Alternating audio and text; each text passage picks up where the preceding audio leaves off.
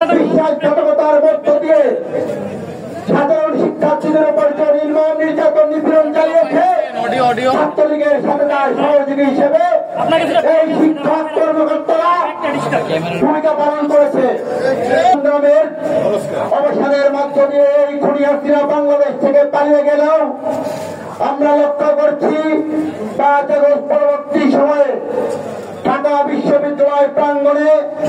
এখনো ছাত্রলীগের সেই সব নির্যাতনকারী সন্ত্রাসীরা এবং বিগত দিনে সাধারণ শিক্ষার্থীদের উপর নির্যাতনকে যারা প্রকাশ্যে উস্কে দিয়েছিল, যে সকল শিক্ষক নামধারী কোরআনদাররা এবং ঢাকা বিশ্ববিদ্যালয়ের বিভিন্ন কর্মচারীরা, তারা এখনো বিশ্ববিদ্যালয়ে অবস্থান করছে এবং এই সন্ত্রাসীরা এখনো বিশ্ববিদ্যালয়ে ক্লাস পরীক্ষা অংশগ্রহণের মধ্য দিয়ে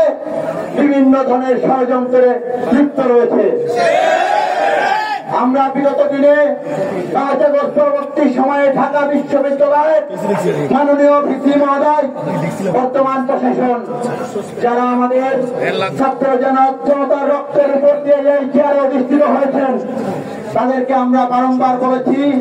আপনারা অতি শীঘ্রই বিগত 1.5 দশকে ঢাকা বিশ্ববিদ্যালয়ে যে নির্যাতন নিপীড়ন চালিয়েছে যে সকল সন্ত্রাসীরা, যে সকল শিক্ষক কর্মকর্তারা, তাদের বিরুদ্ধে ব্যবস্থা